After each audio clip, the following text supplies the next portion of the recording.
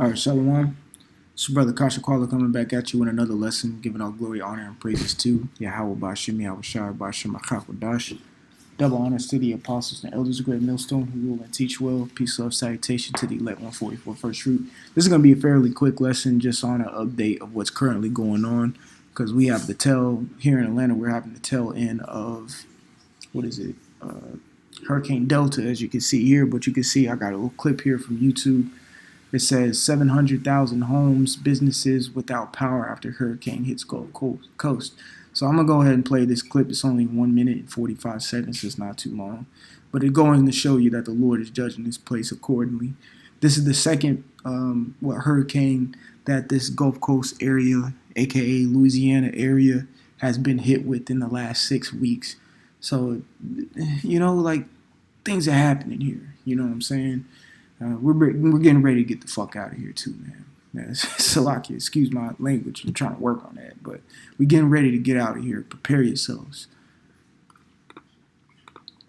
Delta, which made landfall as a Category 2 hurricane, has left thousands of homes and businesses without power along the Gulf Coast. It made landfall in Louisiana last night, bringing intense wind and rising water. Powerful winds tore the roof off of this carport, and now people there are dealing with the second major storm to hit in just 6 weeks. Everybody needs to exercise a lot of caution, even now, and really especially now. Still packing a punch, Delta moving across Louisiana and putting some southeast states on alert as it approaches. Even though it's light out and the storm has passed, the leftover damage from that storm is still there. On Saturday, more than 5 million people were under flash flood warnings, one day after Delta made landfall in Louisiana as a Category 2 hurricane. Meteorologists say part of the southeast could see rainfall amounts of more than 8 inches before the weekend is over. We got about 3 inches of water, and the water's done seeped into the drywall, so we'll have to replace the drywall. The National Weather Center says tornadoes were also possible Saturday over parts of southern Louisiana and Mississippi and over Alabama, Tennessee, and the western Florida panhandle and parts of Georgia. We're seeing lots of trees, lots of utility poles, lots of... Well, yeah, you get the point here. But really, it was mentioned in here, look at the size of that. That's only a Category 2, and it's bigger than the state of Louisiana itself. But it's talking about tornadoes. Even here, we've been experiencing a few tornadoes, tonight in a few places. That tornado warnings and things of that nature. But I'm gonna bring out a quick precept just to show you, man. The Lord is coming down on this place, man. This place is coming to an end. All right, and it's all this election stuff going on and things of that nature. This place, you can feel the tension in the air. You can slice it with a butter knife, man. So this is a Psalm chapter 7 verses 11. It says, "The Most High judgeth the righteous, and the Most High is angry with the wicked every day."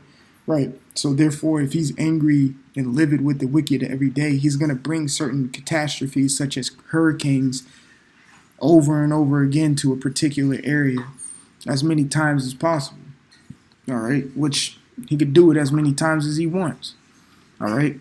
And you notice it's always Louisiana getting hit because that's a wicked ass state, man. All right. You got a few good men out there.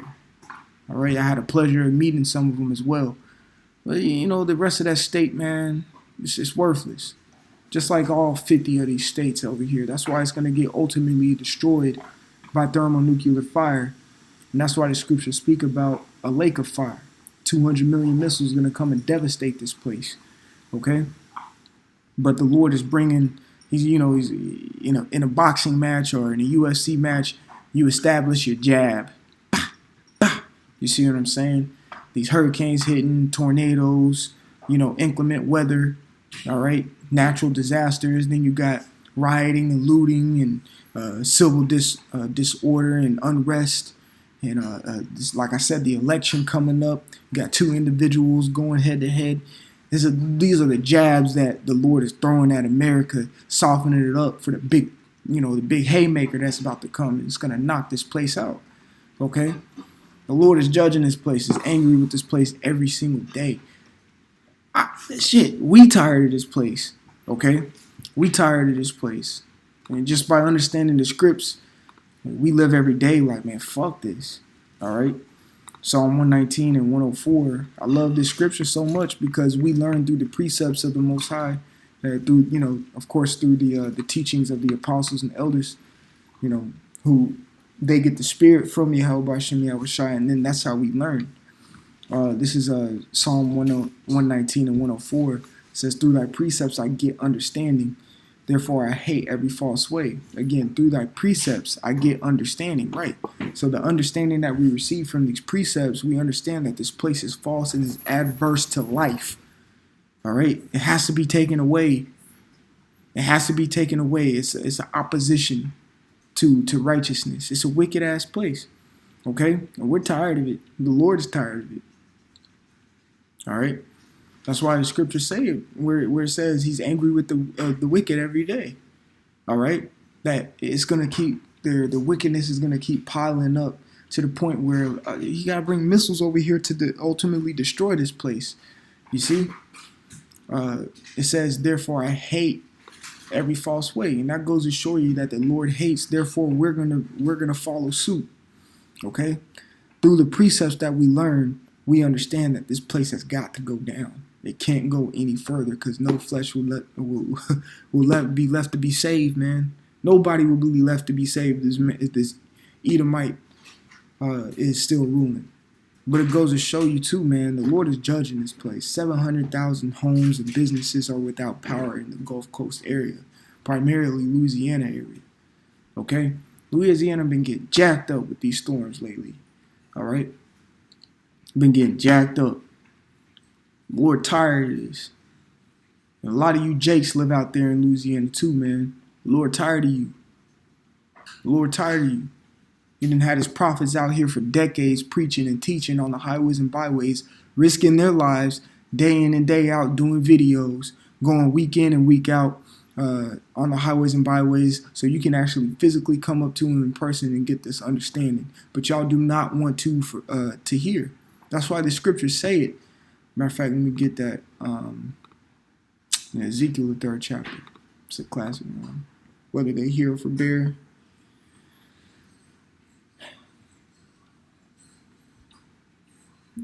All right.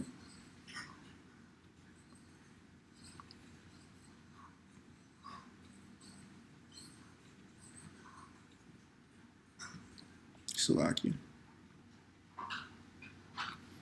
I'm just kind of ran. I'll just read it right here.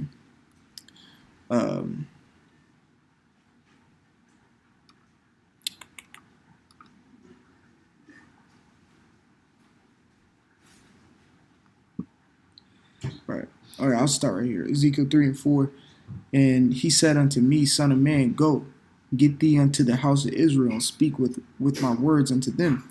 For thou art not sent to a people of a strange speech and of a hard language, but to the house of Israel. Right, meaning you're going to individuals who can understand you, know what you're talking about.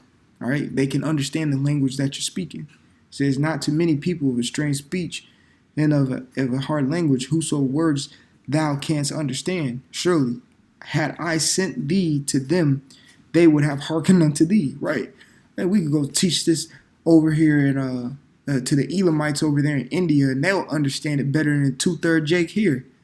All right, their ears would be more inclined to hear.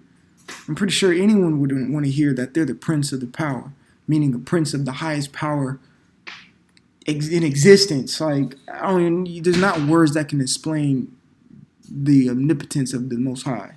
Okay, but they would be more willing to hear this truth than a 2/3 nigger here in Atlanta or anywhere in Babylon. Okay, it says, but the house of Israel will not hearken unto thee. Right, they won't listen. Therefore, the Lord got to do certain things like this, and they still ain't gonna listen. All right, I'll go back to Ezekiel 3 real quick, but they still ain't gonna listen. The more things that happen to Jake, the more rebellious they get. Okay, the more rebellious they get. Isaiah 1 and 5. Why should ye be stricken anymore? You will revolt more and more. The whole head is sick, and the whole heart and the whole heart faint. Right. So why should I keep on punishing? You're just gonna continue to rebel against me. All right. I just gotta take you out and put you out your misery. All right. So going back, it says, verse 6: not many people of a strange speech, not too many people of a strange speech and of a hard language, whose words thou canst not understand. Surely I had sent thee to them, they would have hearkened unto thee. But the house of Israel will not hearken unto thee, for they will not hearken unto me. Right. They're not going to listen to you because they don't even listen to me. It's kind of the same thing he told Samuel. Like, you shouldn't be mad or upset. Do what they ask. They're not rejecting you. They're rejecting me. That's what he said to Samuel pretty much. Okay, it's the same thing he's saying to Ezekiel right here. Look, I'm going to send you out there. I'm going to tell you what to say to them hard knucklehead individuals. They're not going to listen to you. Why they're not going to listen to you? Because them niggas don't listen to me. I had a whole chariot that guided their paths during getting away from Egypt. I split a whole sea for them. I gave them manna from heaven, water out of a rock. Shit, I even opened up the ground and swallowed some individuals for going off to the man that I set up, against the man that I set up. And yet, they still rebel. They don't listen. They're not going to listen. So I just got to take them out in an extravagant manner, aka nuclear arsenal of the Edomites. Okay? It says, for all the house of Israel are impudent and hard-hearted. Right, that's a King's Speech way of saying a hard-headed Jake, hard-headed nigga. You're hard-headed. Okay? Impudent meaning unwise. Verse 8 says, behold, I have made thy face strong against their faces and thy forehead strong against their foreheads. That's why you see the prophets out here week in and week out. And then ain't nobody even out there listening to us. We still out there. We prophesying to the wind. We show a level of spiritual obstinance, okay? Spiritual righteous obstinance toward this, toward this place. We got some hard heads too, but in a righteous sense. Because we just believe this.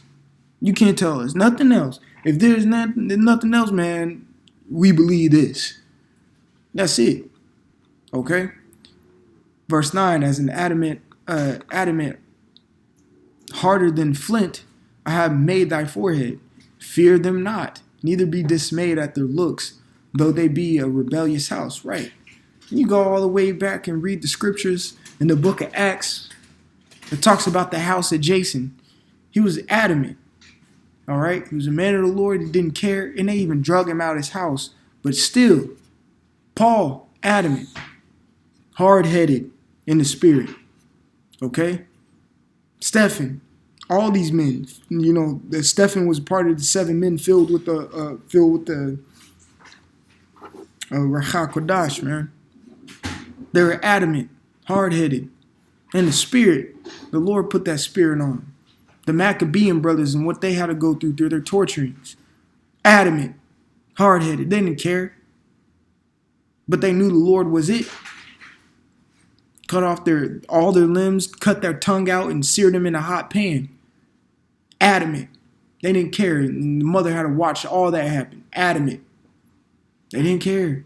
But they knew they believed in Yahweh Shem Yahweh Shai, and that was it. And they were not scared. Even though, of course, the Maccabean brothers, crusty ass Edomites did that to them. But still, a lot of these jakes don't believe in nothing, man.